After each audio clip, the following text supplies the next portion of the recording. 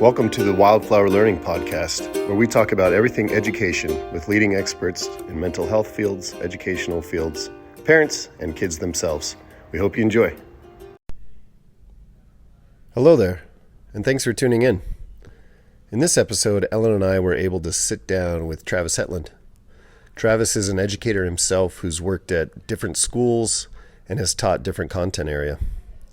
This has given him a unique perspective of how the traditional schooling system impacts kids, teachers, and administrators. He also was able to speak on what it's like to have a child at a self-directed learning environment. His son goes to WyldFlower. Many other topics were covered in this episode, so hope you can listen to the whole thing and enjoy.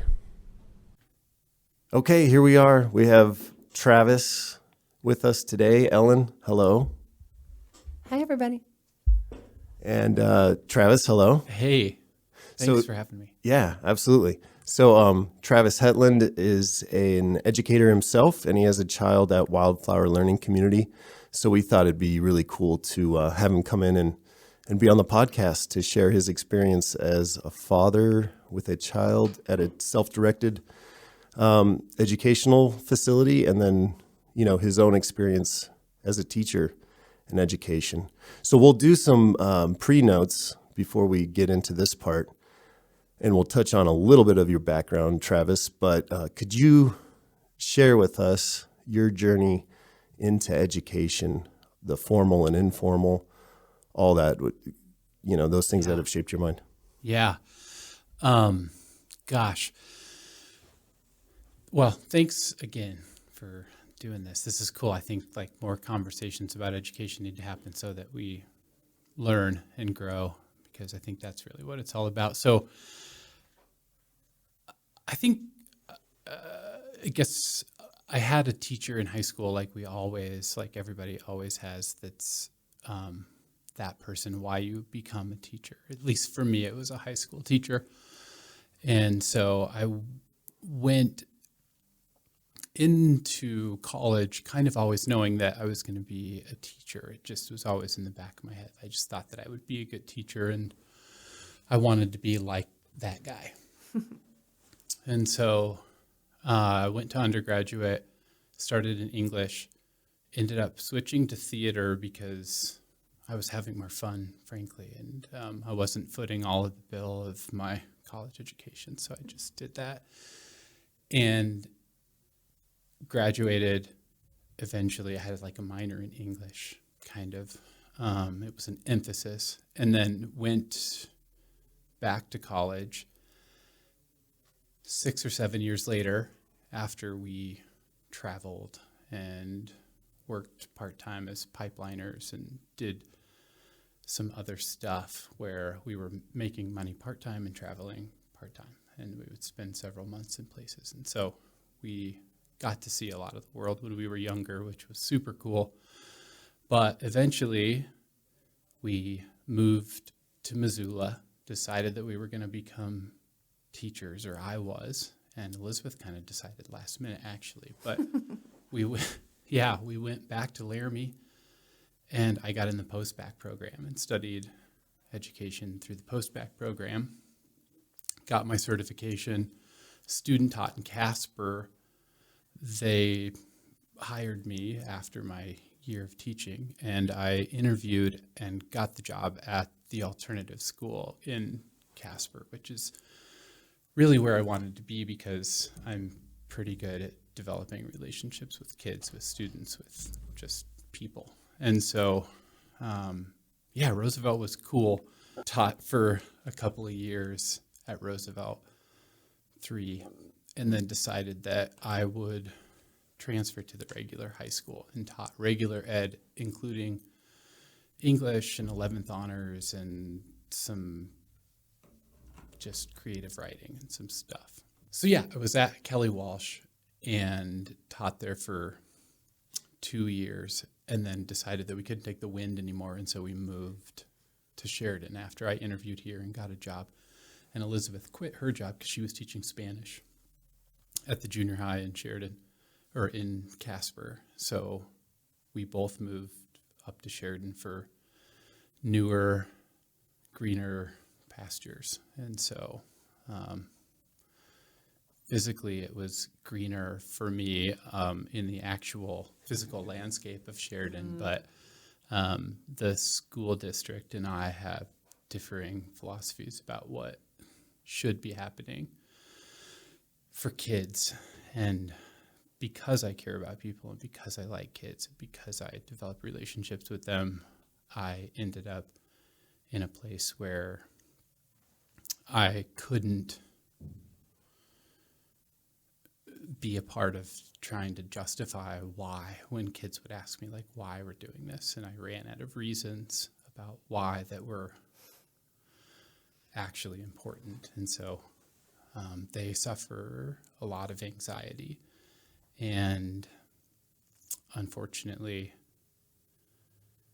they don't take into account their opinion very often. And so it's a system where kids ultimately don't get to have a voice. And I think that's the difference with your environment, is that the most important things is, or one of the most important things is that everybody does have a voice.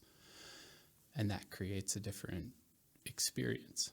And ultimately, what you're trying to learn. And I think answering that question is really the fundamental question that everybody's trying to answer. Who has a school? Yeah, I remember first meeting you. I think you had like a thesis paper you actually had written as far as like your own understanding of what education might look like. So that leads to the next question of what is your definition, or what does education or the purpose of education look like to you?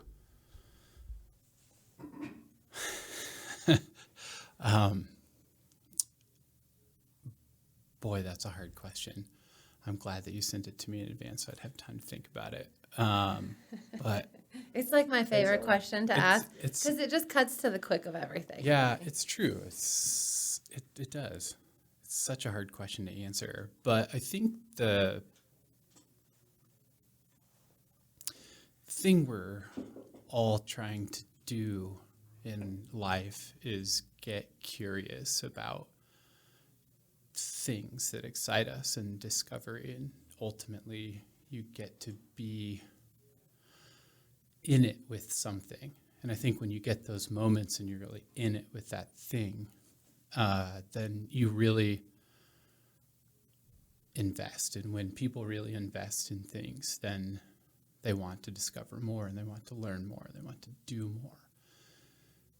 And that creates more satisfaction within humanity, people in general. And I think ultimately education, way philosophically, is just trying to figure out how to best show others how to best live happily, contented. And so I think like education should teach, but I think that education is so broad in the ways that we can learn.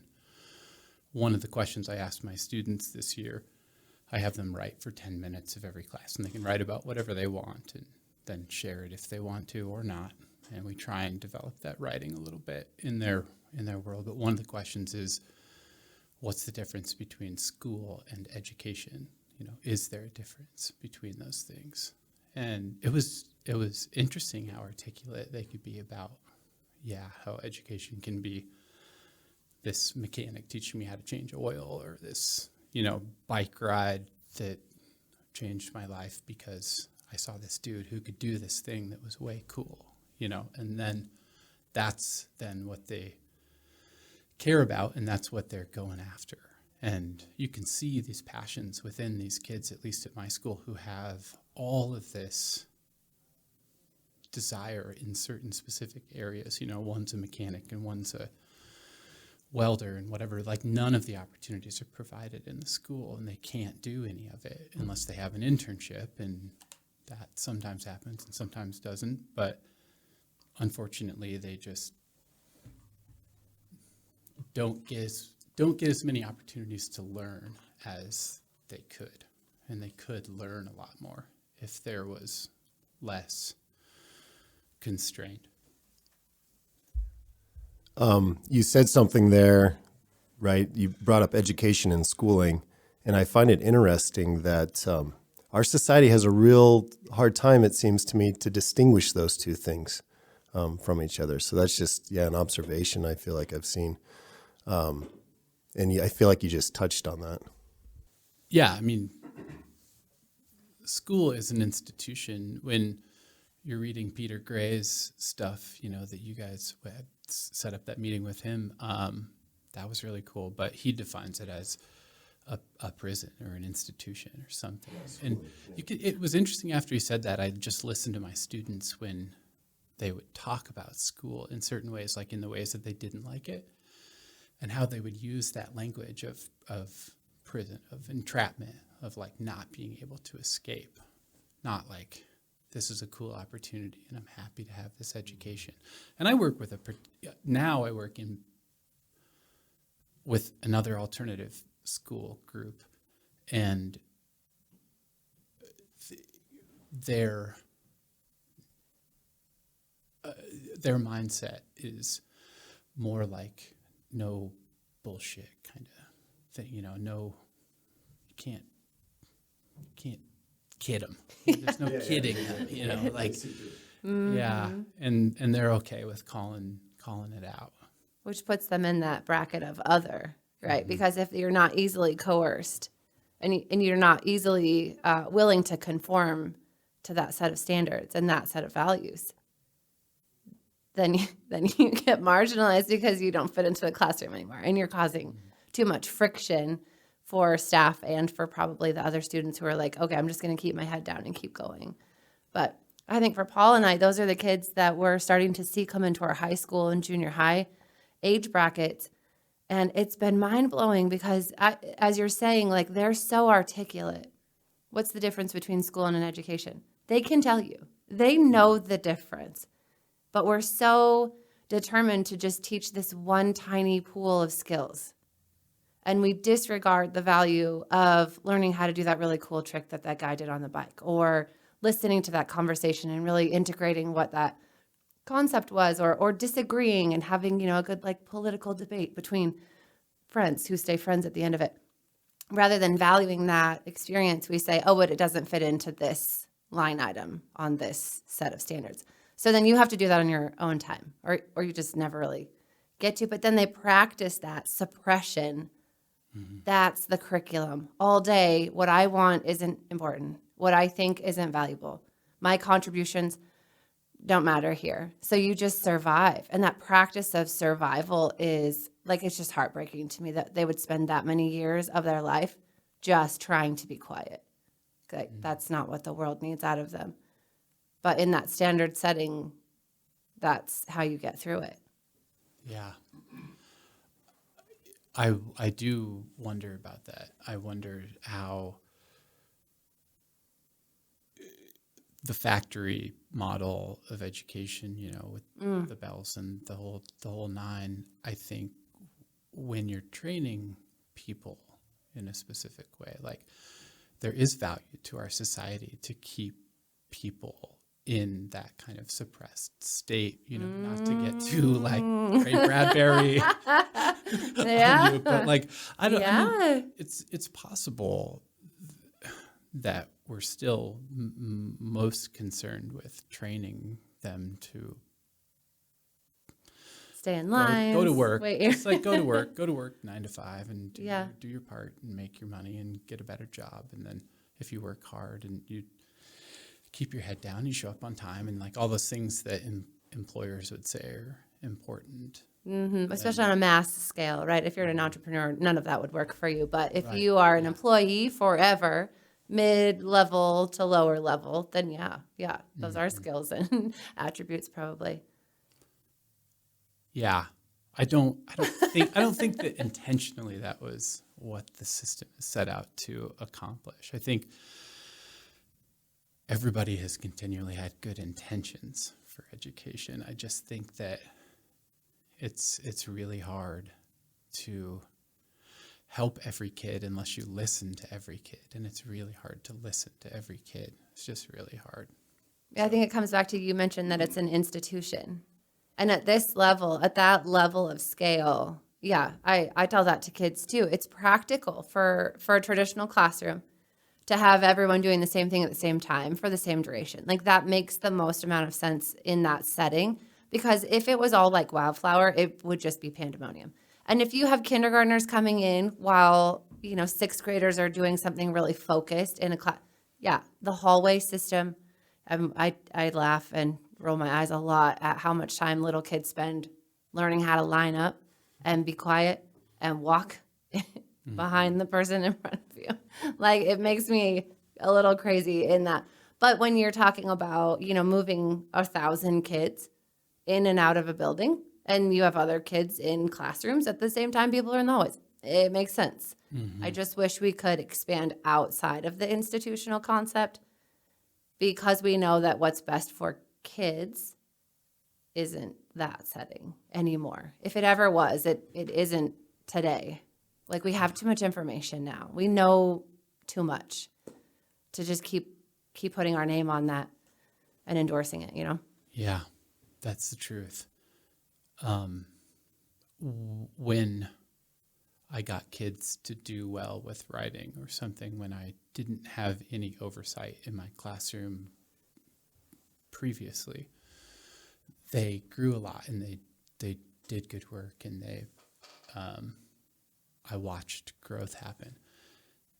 And then I saw that the district that I ended up working for was performing highly on standardized tests. And I was like, well, my kids who I've taught how to do stuff could do that too. So in my mind, I made up the story that everything that was happening had to have been right in order for these kids to perform that highly, but I was wrong. And it was more like lining them up and making sure that they performed and having policies and procedures in order to get everyone to at least a certain level.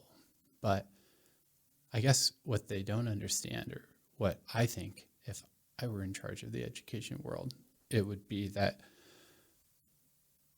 every kid should be growing at have the same opportunity to grow at the same rate, and not just ensuring that a performance score is met to a certain degree, because it leaves, unfortunately, behind the kids who score 32 on their ACT the first time, and just like the smart kids, unfortunately, don't get any smarter in high school. And that's a problem to me when you don't have an opportunity for yourself. Are you guys familiar, and I might be butchering his name, Johan Hari? Is that right? So he did a TED Talk about addiction. And in that TED Talk, he talks about the lab rat experiments, right, where they were in a sterile cage and not a lot going on in there. And I think cocaine or some sort of drug was in their water, and all of them overdosed, if I remember correctly. But when, when put into, I think it was called Rat Park, right, lots of other rats to interact with, and they could play, and there was objects and toys, and the drugs were still there. There was some use from the rats, but none of them overdosed or showed signs of real dependency on that, which is really interesting. So what you guys were just talking about, as far as, these unintentional consequences that happen in the standardized school system we've had for 250 years or whatever, right? Because there's amazing people within the system, right? Lots of principals and administrators and teachers that do really care about kids, but the incentives within that system aren't just bad for kids. So the metaphor of, a rat cage and not a natural space for a human being to develop, it's hard on the teachers and the principals as well. There's a lot of high stakes going on. So it's not surprising, right? Some of your highest rated schools, or the schools that seem to be the most successful, are actually producing the most, mentally ill adults that are addicted to substances and those things. I can't remember which organization it was, but they decide like crisis, at risk, mental health issues for kids. It was the APA. I don't remember. But pointing out that like your highest achieving schools, right? It's now a classification, those kids who go there at risk for anxiety and depression and those things. Mm-hmm. So we've like doubled, tripled down on these academic skills, which interesting thing I heard the other day from an educator was those are now the soft skills. What used to be the soft skills are the crucial skills to be successful nowadays because of technology, AI, Chat GPT, all that stuff, right? They're kind of moving into that space of what people used to do. And so we need really creative, thinkers and people who understand their passions and find meaning in their life so that we're making healthy decisions together and can create solid communities, right? So, it's just, it's surprising to me that so many professionals and educators don't seem to talk about that. I don't know if they notice it. Maybe they don't even notice it. Ellen and I talk all the time, school shootings. Now, I don't want to blame anybody, but there's a lot of variables. But man, the kids are screaming at us, right? Like you talked about, like this place is prison, right? This isn't for human beings to be, right? We're trying to educate people, and the closest metaphor we can use is prison. That seems like a disaster to me. Yeah. Boy, it does. They have a lot of pressure. They feel a lot of pressure to perform, and then I think one of the disconnects is between their parents who went to school when we went to school in the 90s, when school was different and education meant something different than it does now. So the picture that they put in their head, that the place that they're sending their kids to isn't actually the real place that they're sending their kids to now, because school just looks so different now since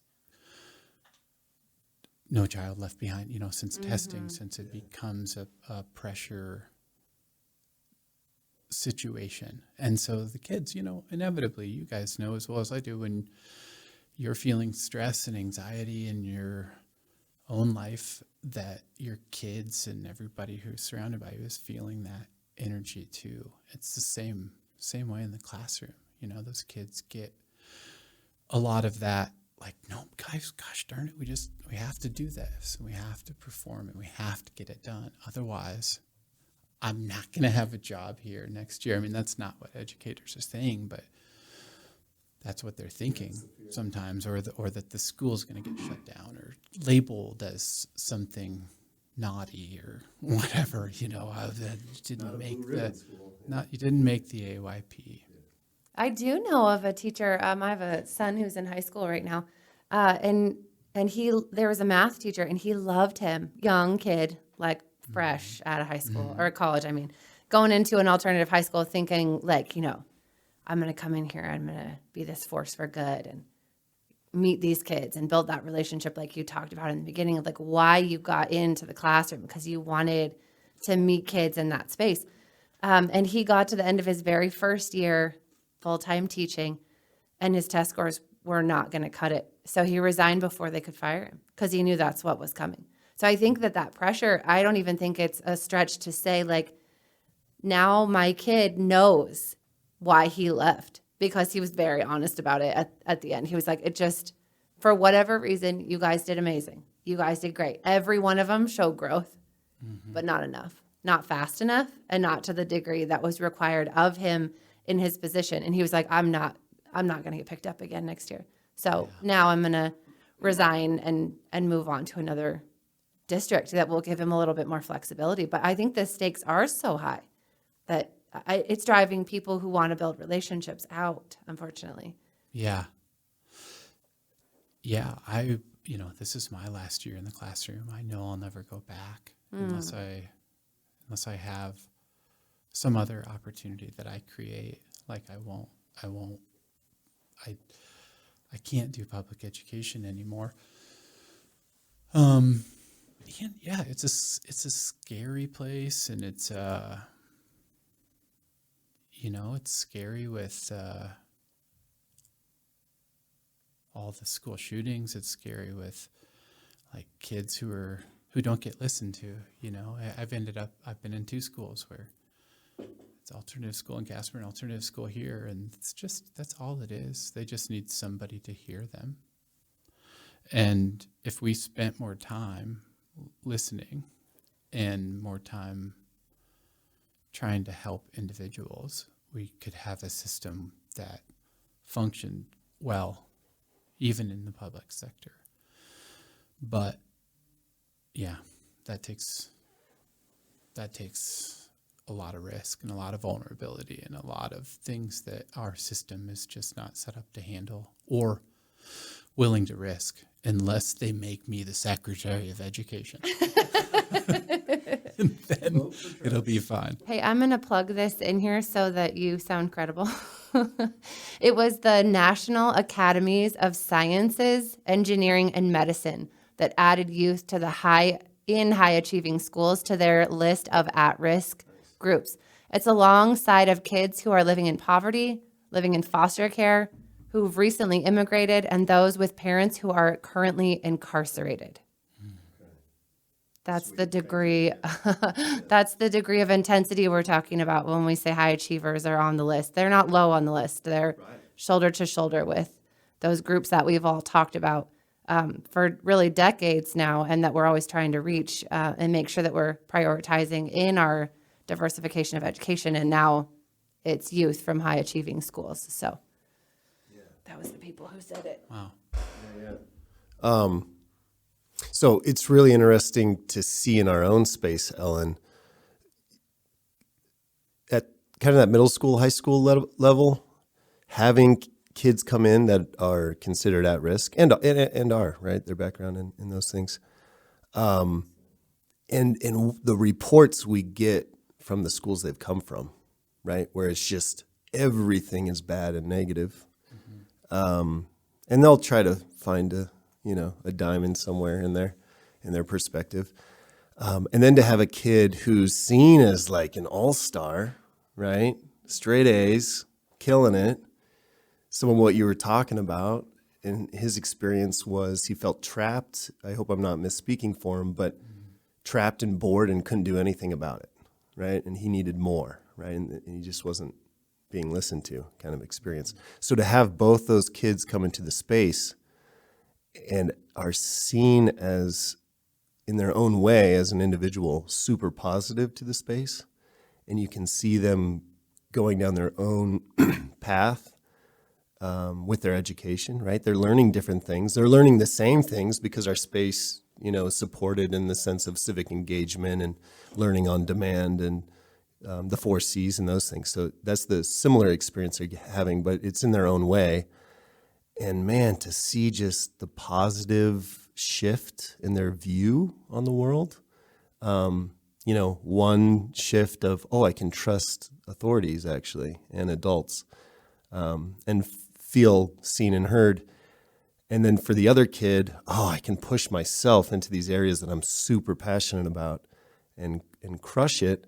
And, have the time to daydream and even think about, is this the right path for me?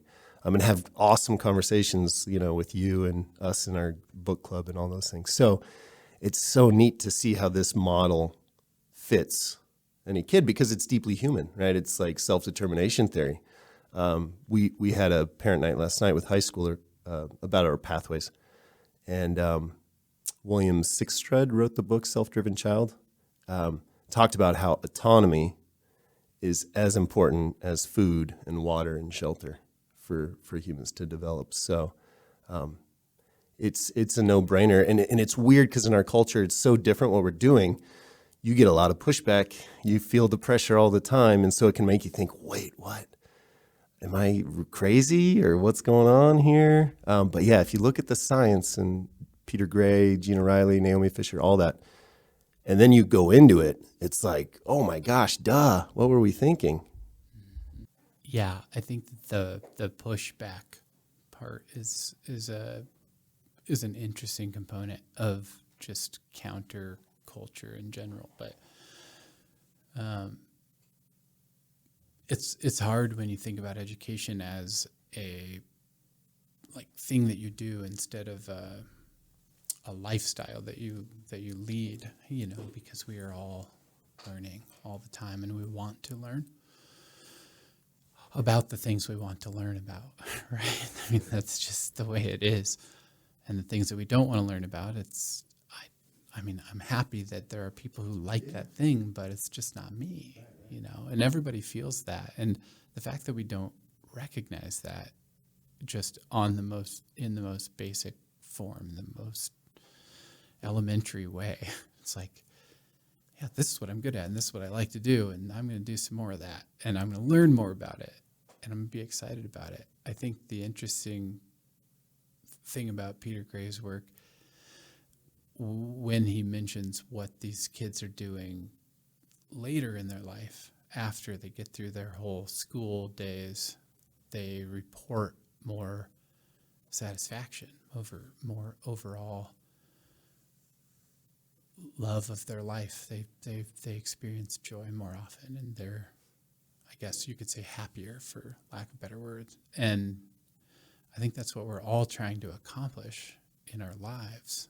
There's nobody, even the richest people who are doing the most awesome thing for, and their salary's $1 million a year or something. There's nobody who's like, oh, I wish that I was not any happier than I am. Right? I wish that I didn't have any more satisfaction with my life. I'm just overly satisfied, and there's nowhere else for me to go. Everybody wants to have just a good life where you find joy in what you do, and you're passionate about it, and you keep learning. God forbid. Yeah, we're very, very appreciative of Peter Gray's research on self-directed and civic engaged learning environments that are similar to WyldFlower, because in the beginning, all of this was conceptual and theoretical. And we'd researched and we'd looked and we had, read the books and watched the things and talked to the people. And we were like, oh, how's it going to go in Sheridan, So his research has been like a healing balm a lot of times in the midst of like, oh my gosh, we're definitely swimming upstream. How is this going to go? And his graduate research is really, it's amazing to me that we would think because they're not a certain age that they don't, I don't know if deserve access is right. I agree. I think our intentions as parents and staff and educators is good. But at some point, we've decided that you're too young to be able to pursue what's interesting to you. You're not old enough to be, I don't know if it's trusted, if we don't think you have good judgment until you hit 18, and then we're like, okay, have fun. What are you going to major in? Like, it's only the rest of your life. Yesterday, you had to ask permission to speak and go to the bathroom, and got lectured on why didn't you sharpen your pencil at the beginning of class rather than, you know what I mean? Like, it's just, it seems so ridiculous. And then they hit this magical moment and we're like, I don't know. You're on your own. Go figure it all out, when as of yesterday, you didn't have responsibility for your own body and its own needs. Like when you needed water, it needed to be cleared with someone in your space and this authority figure. And now you can go pursue what you want to do in college. Like now you've achieved enough, whatever, to be trusted in that moment. Where it just blows my mind now. I mean, Paul and I have talked about it too. I would never be able to go back into a classroom that wasn't self-directed. Like I've seen the other side. I looked behind the curtain. I read too much. I've talked to too many people to be able to go back in. And I got to the same place too, where I was like, I just can't keep putting my name next to a system that affects kids like the standardized system affects kids.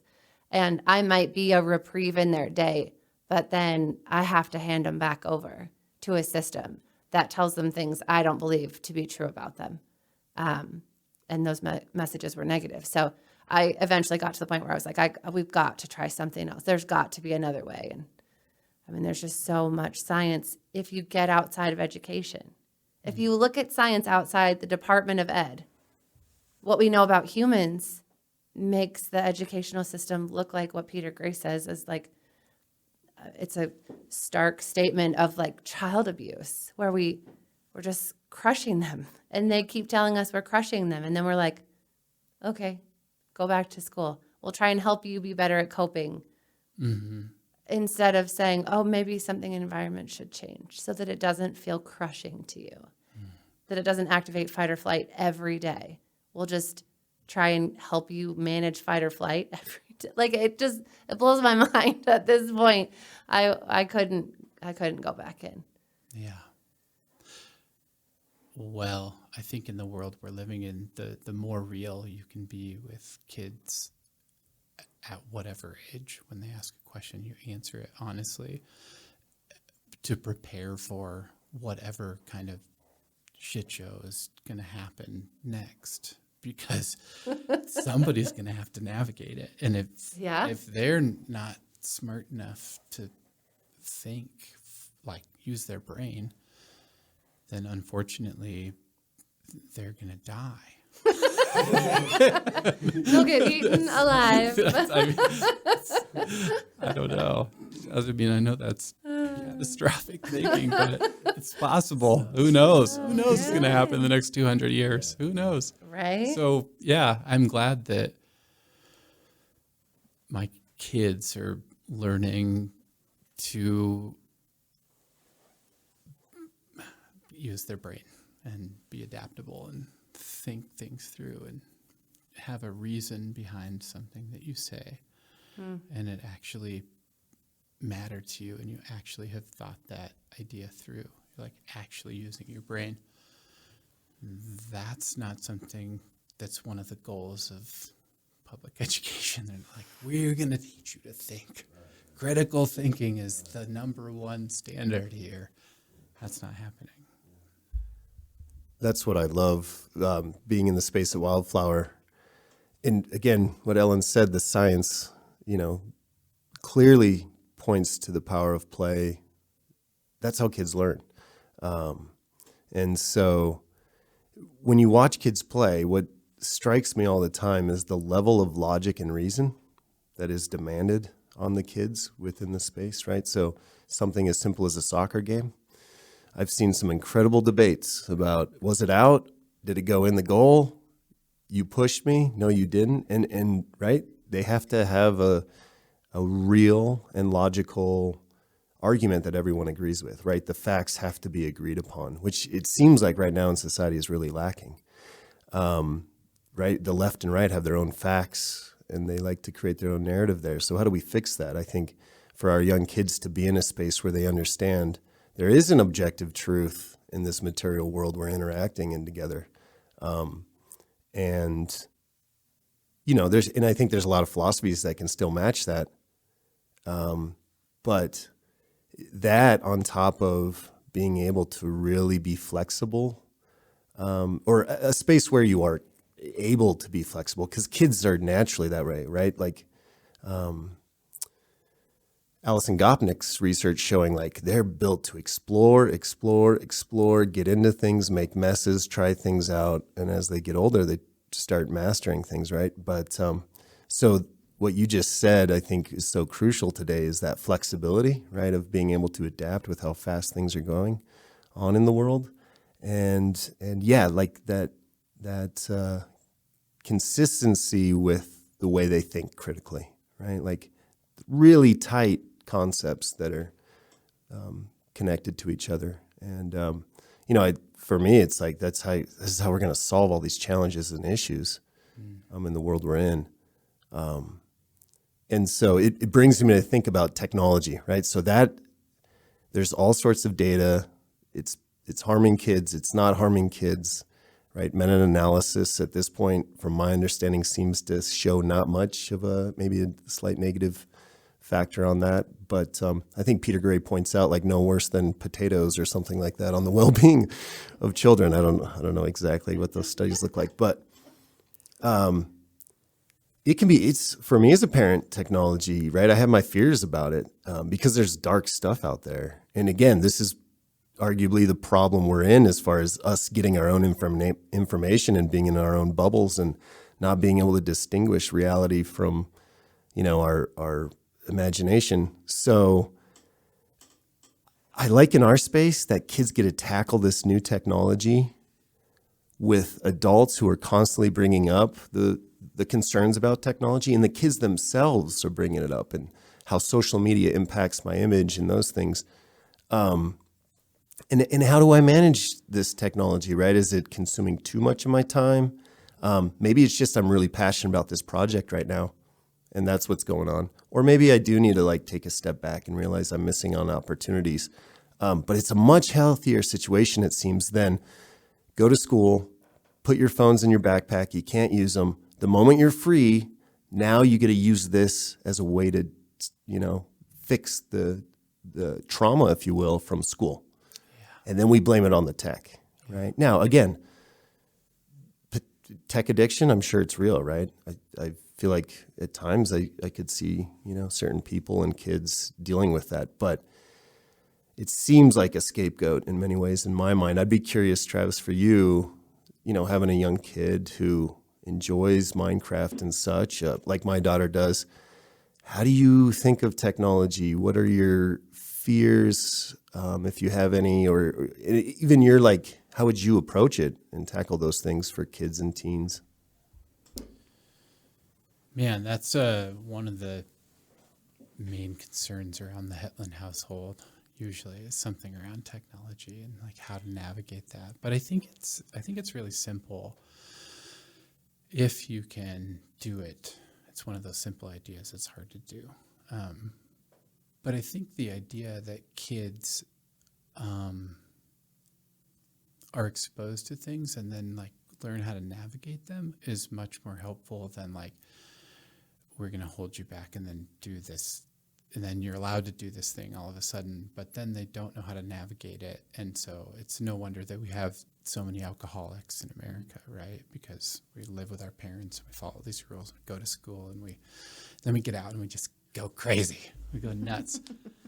And so I think that's the same with technology. That's the same with all of it. So with my kiddo who loves technology, loves Minecraft, when you choose to engage in those activities with him, he's the most excited about that, as compared to Legos or whatever other things he likes to do. So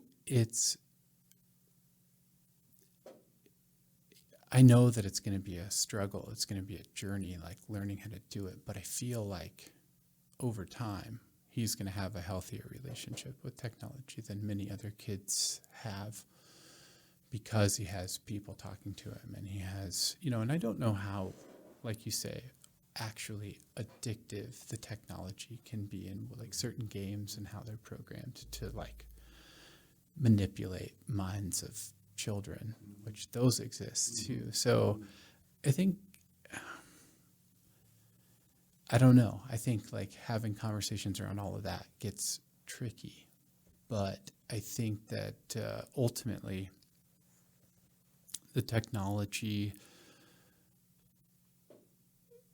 can be helpful and is good for them sometimes, but I still just in my heart feel when they're outside and they're building a fort and they're interacting face to face, it's just, you get more, you learn a little bit more about others and about yourself when you're actually interacting with each other. When I talked to my students at my school the other day, because we are reading Fahrenheit 451, I forced them to do it. I don't even like the book, but I'm we're doing it. We're going to talk about some reason to talk about how this is all a dystopia, how Bradbury predicted it all. He knew all of it. But one thing they could point out really clearly in one of my questions that I asked them to research before we did a Socratic seminar, they know that their interactions on their screens are, one, less meaningful, and two, harming them in some way. That was just what I took away. And this is a survey of, 8 alternative school kids in, a small town. So, but I could see that it was just a thing that they all kind of agreed on, that they're being fed information through these things, and they're, it was kind of a dystopic moment for them, I think, maybe too. But I think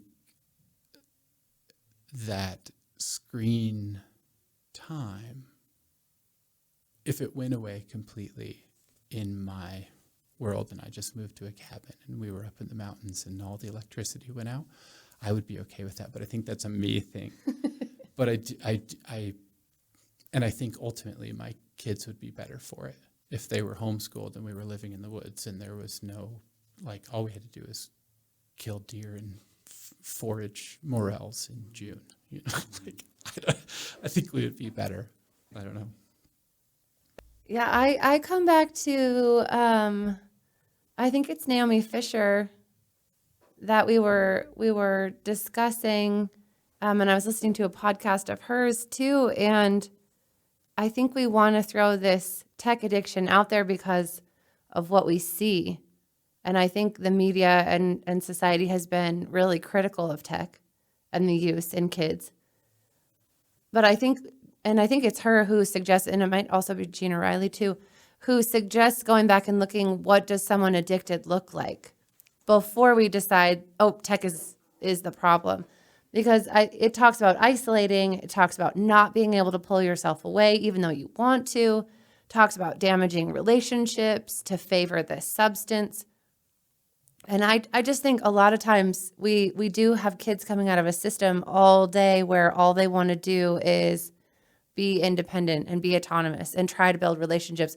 And in whatever sometimes dysfunctional way that may come through in tech, I mean, they take the baggage of the day oftentimes and it gets rolled into this relationship with our technology. But I think the stark contrast, because Naomi Fisher is talking about independent, self-directed kids, and so is Gina Riley, and so is Peter Gray, and I mean, that's our everyday experience too. They learn to be critical of the societal norms around tech, especially as the kids get older in our space. But they also realize the benefits of it, and they start to work on that regulation, where there's not so much of that autonomous void to be filled because they've been autonomous all day. And there's not so much of that, dysfunctionally, I'm searching for relationships with other kids who are also acting out of school day trauma online, and the toxicity of that follows them out of the space. I mean, someone just shared a TikTok video with our group thread at school of good news, positive things that are happening. And it was just this quick, it's TikTok, so they're like to try and get it all into 30 seconds because our attention spans are teeny. I digress. But, talking about just, this judge in Montana did this really great thing, and this other thing in another country is happening, and we're going to get to zero carbon emissions, faster than expected. And they have these big goals, and tigers in another part of the world had doubled their population. So this 13-year-old girl chose that media to then copy, paste, and drop into our thread together. And I just watch them do things like that. They find quirky, funny things to share. And we just don't see cyberbullying happening. And we see them checking each other on use of screens. And they're trying to find ways to make sure that they're regulating and that it's beneficial. And I think lots of times, what's the best way to predict the future? Create it. We have kids who are going into an age where technology will be the thing. We will rarely be isolated from, we're about to have satellite internet, which is literally everywhere. You'll never be in a cabin alone without technology ever again because it's going to follow you. No.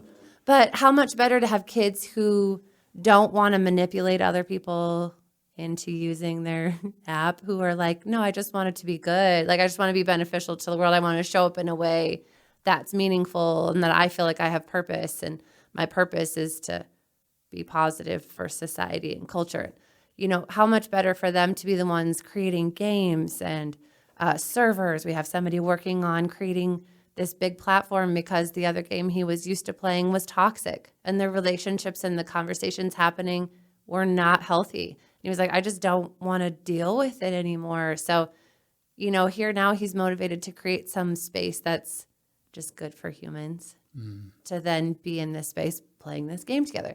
So I know we're all freaked out about tech, and I feel like it slid in on my kids. I have two who are older, 22 and 17. And there was a time where I was like, whoa, wait, where did this come from? All of a sudden it's everywhere. And second graders have cell phones, and it's following my kids home before I was really prepared for it. But the more I research and learn about it without the fear-based decision-making, the more I can look at it and say, okay, are there pitfalls to this? Potentially.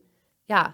But I think any behavior or any activity done in excess is going to have that same impact on a person's life. And our third staff, Tiffany, likes to talk about how if she was reading on an iPad or a cell phone, her family would be like, hey, get off of that and come to dinner. But if she was sitting down with a paperback, or a hardback, if it was a physical book, they'd leave her alone. And she could go for hours and not come to dinner, not have relationship, not pick her head up, not have conversations where we would, but as soon as you put technology in that place, we're like, wait, the value just changed. So I think there's some of that too, that we have to check our own bias there. And I encourage parents all the time, what's happening when they're on whatever they're on, if it's an iPad or cell phone or computer, whatever it is. Like, what activities are they engaging in? And do we see them not eating, not sleeping, not regulating biology, not building relationships, not having conversations with their family, not being willing to pull away? And they're like, I want to go outside, but I can't physically pull myself away from the screen. If that's where we're in, that's one thing. And I think, it could be all kinds of substances at that point. But if you start to see the addictive tendencies and the behaviors played out, that's when I think there's really an issue, rather than just like, I'm really passionate about this thing and everybody around me seems to be freaked out by it. So that's I don't know. I've never been quite as passionate about tech as I am like this year. So you're welcome. Yeah, that's awesome. It makes me think, Ellen, you nailed something. That's what I thought about technology, was the way I feel like our kids are using it. It's a lot of positive stuff, right? Like, as you just shared, good news. Like, how often do we hear good news? It's crazy. It never happens. And right, it's productive, and they're creating stuff all the time. And I'd be curious, Travis, I totally feel you. As far as like that face-to-face interaction and interacting with other people, we know that's ideal as far as, that important piece of social connection we need. I've been surprised of how video games especially are a great medium for that social connection as well. If you get kids in a space where like 4 or 5 of them are all working together on a Minecraft, say that game, I mean, it could be any game really. But in Minecraft's case, I've watched them play Legos together, and I've watched them do Minecraft together. And the creativity seems to be amped up with the Minecraft because there's so much more potentials you could do, right? Because it's this virtual space.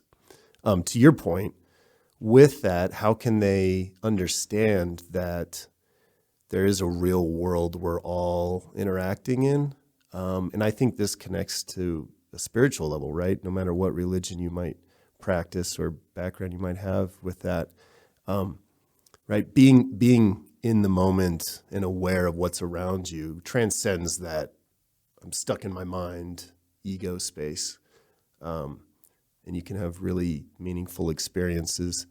And so I think for that, it's like helping the kids understand, oh yeah, there is this deeper thing besides this cool collaboration I'm having with these other people within this medium.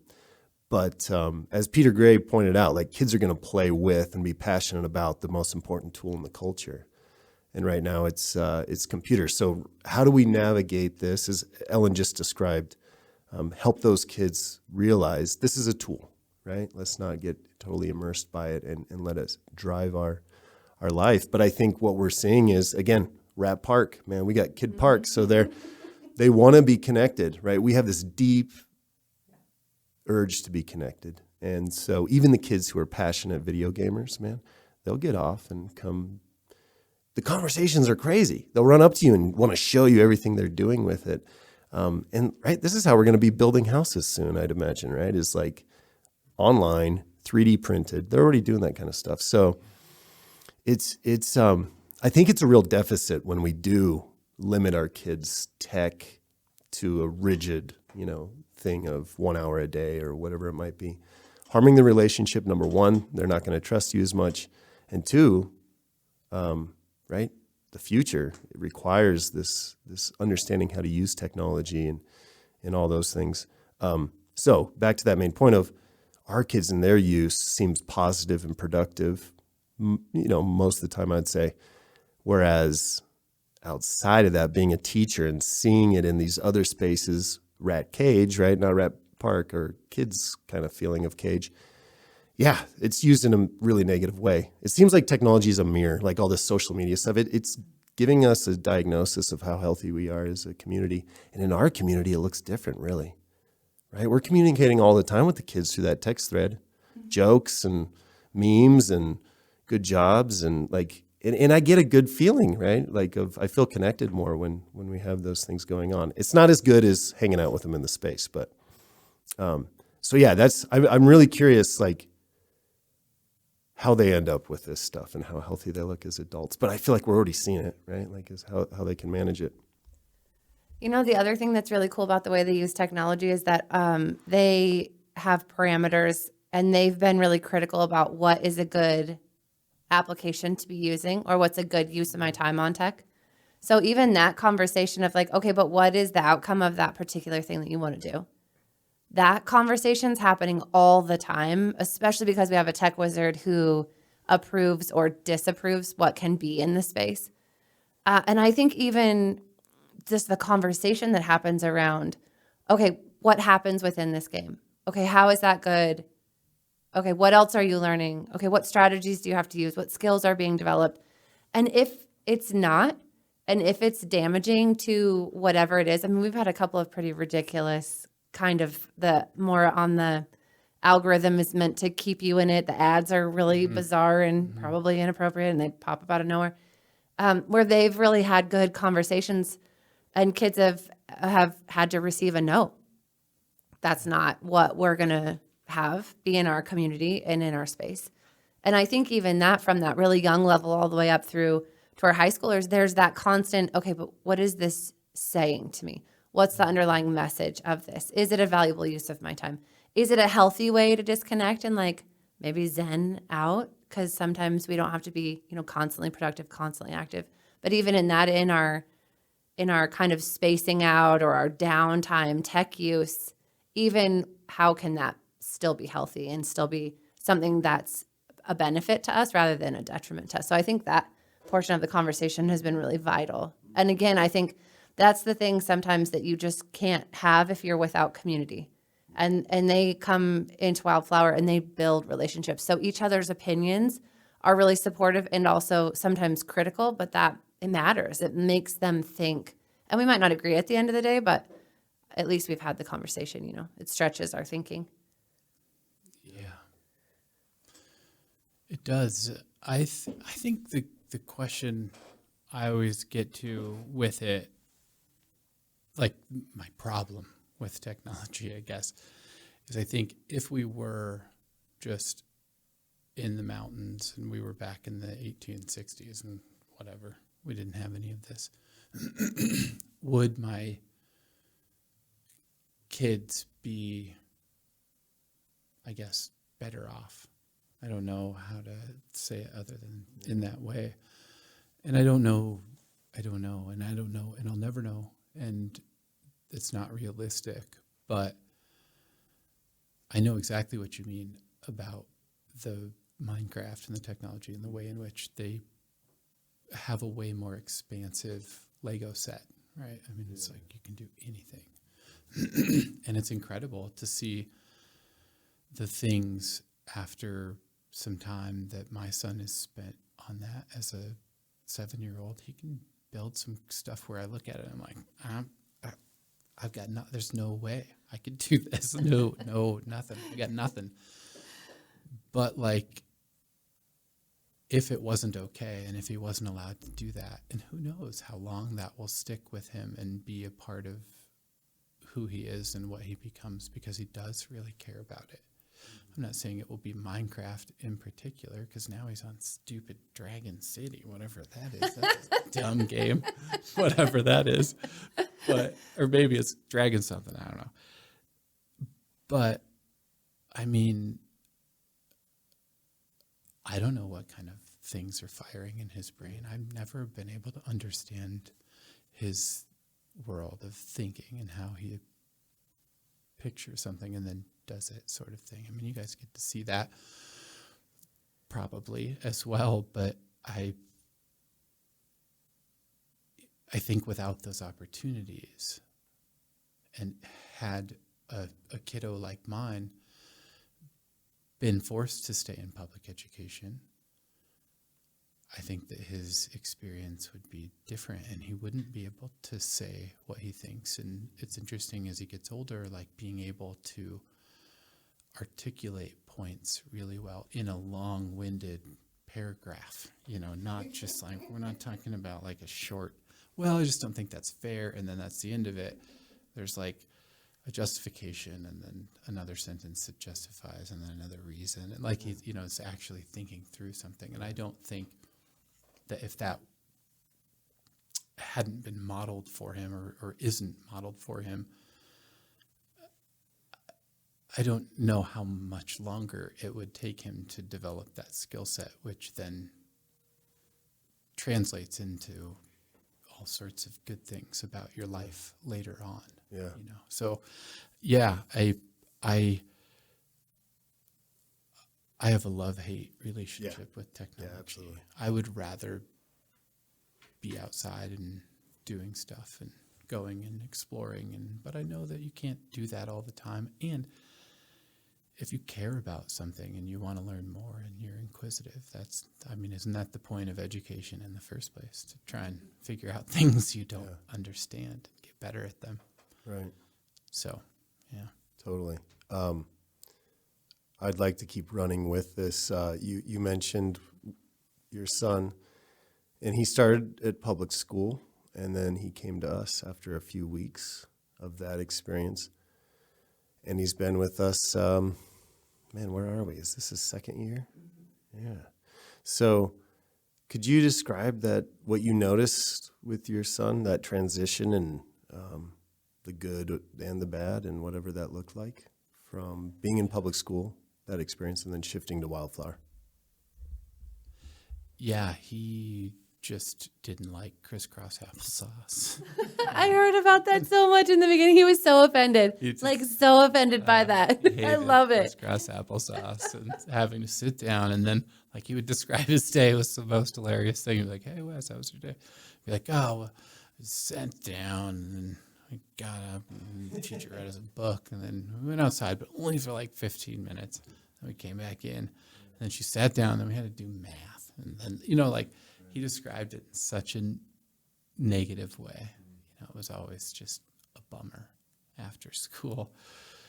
Although he liked some of the kids there, like he developed some cool relationships. I do like that part about those larger schools that have more kids your age. I think that that's an opportunity for kids that when you have a small school, they don't get as much of. So yeah, we called you, Paul, up and said, hey, because we had talked before we met with both of you in the summer, and it's harder for my wife than for me. She's very concrete, sequential type A. Like things have to make sense, and there's a specific way to do them. I love you. I love you. No, but it's so in the school was very close to us, so it just kind of made sense to give it a go. And we weren't sure. We had not read any of the research and didn't know anything about what you guys were doing and what it was exactly. And so, yeah, we called you up and said, hey, are you got any more room in there? Because this is not working. It just wasn't working for him. But since he's been at your school, he describes it much differently when he comes home. He usually just says, good.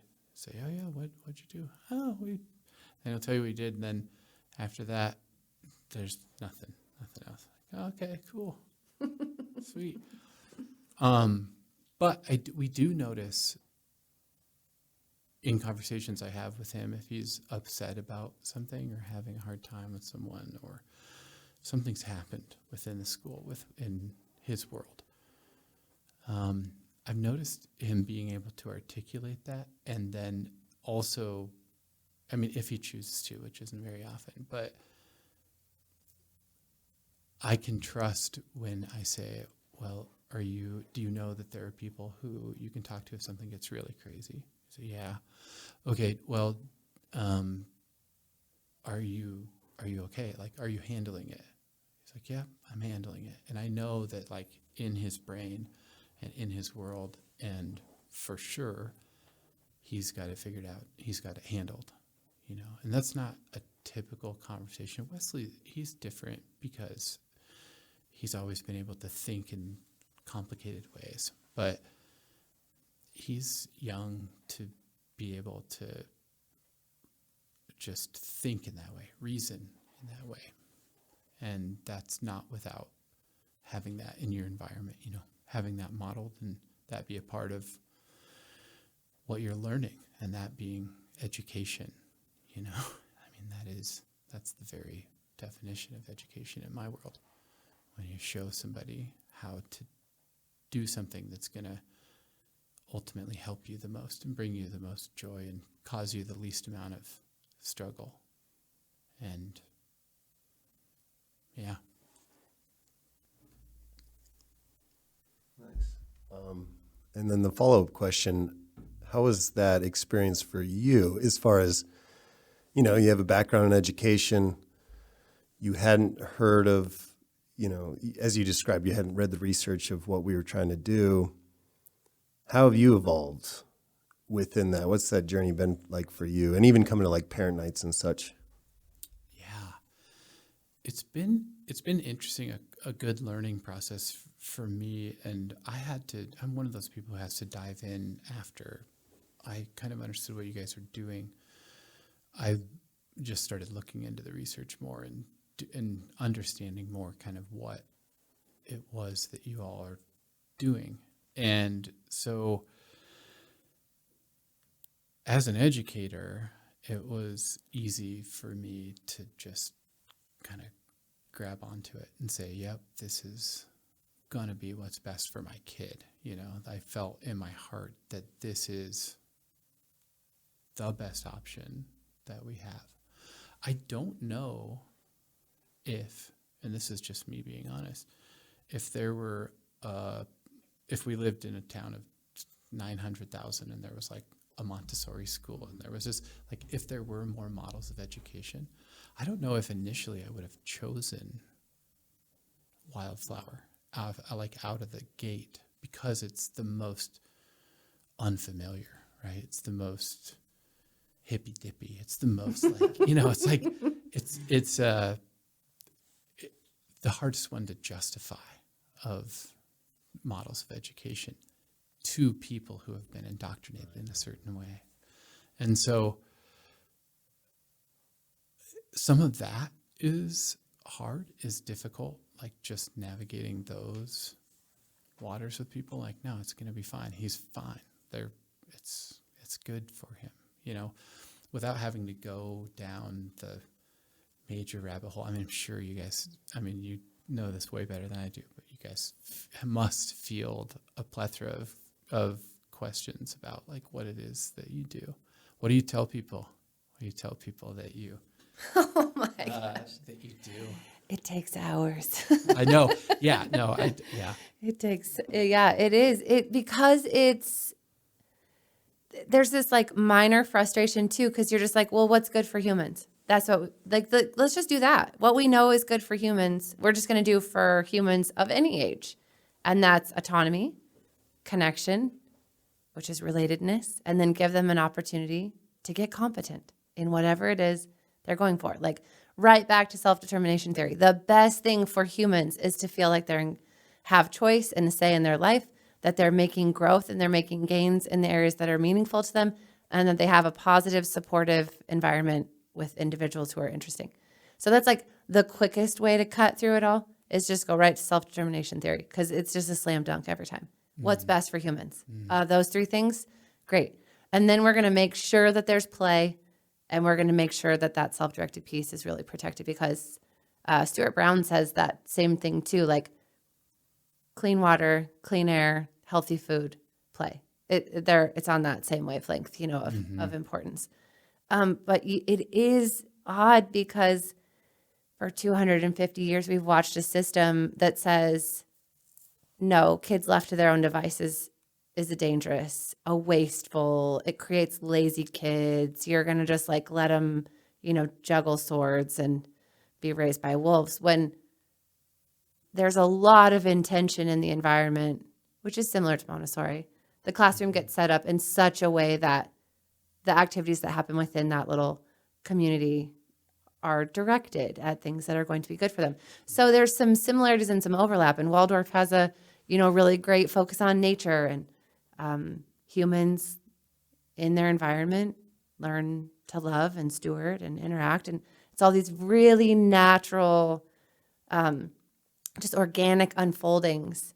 But we've been shown and instructed so many years that if you let them run free in the woods, what will they even do with their lives? They'll live in a van down by the river forever, But when you, hopefully, right? And never use Wi-Fi. But when you get outside of education and you start to look at biology, psychology, neuroscience, that studies humans outside of this, but how do we force them to be this productive citizen in our society that believes the same things and does the same things and speaks the same language and, maybe votes the way that our community is asking them to vote.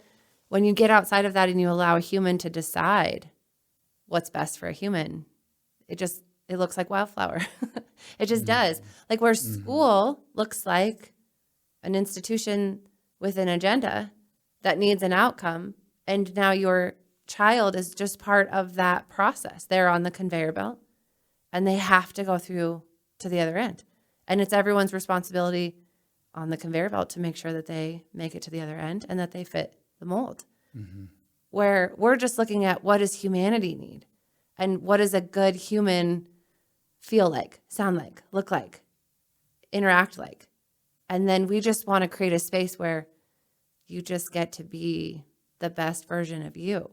And we know that takes interesting conversations and adults who are supportive and also interesting, and literature that's available and interesting, and technology that's available and interesting. Like the stimulated aspects of our environment are really critical. So we wouldn't want WyldFlower to meet in a white walled room with no materials, but that's because you can't relate and you can't gain competency. So the environment is vital. It is the third leg of the stool in that, like, it holds up how the system functions. So you can't take away one piece of it. So it's just always it's such a long-winded answer. There's no quick way to be like, I promise it's going to be good. But if you look at what's good for humans, it's what we're doing. And they're going to read, write, do math, science. They're going to ask big questions. They're going to be curious. They're going to follow all those things, because that's another part of just our culture. Yeah. Our society has those components to it. So if I want to, again, gain competency, I'm going to touch all those skills. And they're going to come because it's going to be in context and it's going to be so meaningful in the moment that I won't have to be like, why are we doing this? When is this going to be useful? Is this going to be on a test? Like, it's going to be in your life. And so there's no why in the world would I be doing this? Because it just makes so much sense to them. Oh, I need to be able to read so that I can. And they're just seeing it. They're seeing it in the big kids who are doing research and following their own passions, and they're seeing it with the adults in the space. And it all naturally unfolds, but it is the long game. Yeah. There's no short-term data that says all this is going to be perfect and every kid is going to perform to the standard. Yeah. Because that's not real life. There's no standard child. Why would we ever want everyone to be at the same place at the same time? So I want Wesley to go at Wesley's pace and to do what he finds meaningful and that he's passionate about. And I also want my own kids to be able to do the same thing. And they're not going in the same direction, and they're not going at the same pace. And that is the point. Yeah. Diversity. It really is. Yeah, we want them to be diverse. Community. Yeah. Different skill sets. Yeah. This is my last question, and then Ellen, I'll let you wrap it up with whatever thoughts you might have or questions. If you were to give advice to a parent coming to the school or parents existing in the school, right? We've talked about the pressure of, some people probably think it's child neglect what we're, doing with our children. But what would you tell parents as far as that journey that you've experienced? Just that if you want your kid to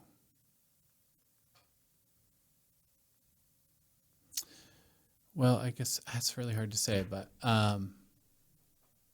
have good relationships with people, including you, that you have to trust the process and the research and the data, and that even if you're uncomfortable, it's going to be okay. You're going to notice some changes in your kids too. After a couple of years, you'll understand what they're learning and how valuable it is. But even that takes time, and it has to be. You have to understand that that's what they're trying to learn, and that's what you're trying to teach them. You're not trying to teach them anything else. And so you just kind of have to accept that the things that they're going to learn are going to be way different than what they would learn in a traditional school. But what they're learning is 1,000,000 times more valuable than what they're learning in a traditional school. So only if you want your kid to be 1,000,000 times brighter will you send them to WyldFlower. I'm going to use that as a bumper sticker now. My kid is 1,000,000 times more intelligent than yours, and they go to WyldFlower. Yeah. All right. Well, Travis, thanks for coming in. Ellen, thank you. That was a really fun discussion. And I'm sure there will be a time we could see ourselves having you back again for some sort of conversation. Cool. Sounds awesome. It was so nice to be here. It really was. Thanks for doing it.